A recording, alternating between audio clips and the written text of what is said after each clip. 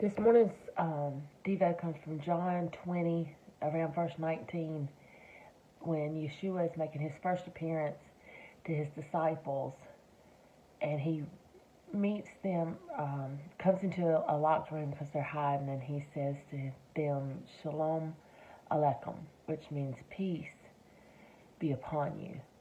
Now, the disciples are there with the exception of Thomas.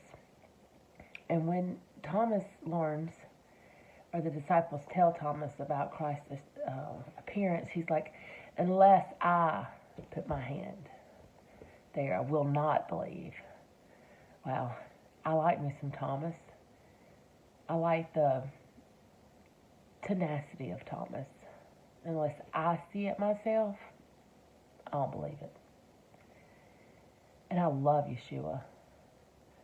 I love that a week later, Yeshua enters the room again through locked doors, blesses them with peace. Shalom Aleichem, peace be upon you. And he addresses Thomas, and he invites Thomas to touch him.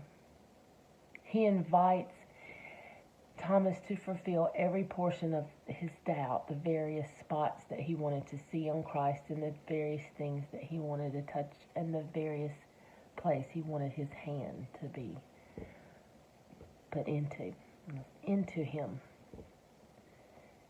I love Yeshua. I love how he addresses the doubt in us. It's not like when he addressed the doubt of the scribes and the Pharisees. When Thomas doubted, he didn't show up immediately, and he didn't call Thomas to the front of the room and make a spectacle out of him for his doubt. It was his love for Thomas, his understanding that Thomas had some trust issues, and he wanted to help him with those things. Shalom Aleichem, my peace be upon you.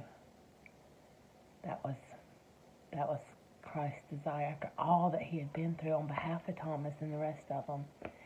See, he understood that Thomas was coming from a place of rejection, abandonment, forsakenness, brokenness.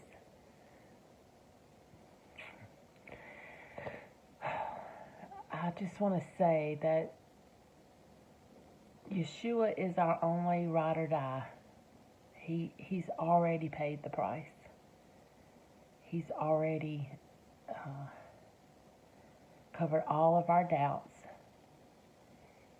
We could go nowhere without his presence being with us.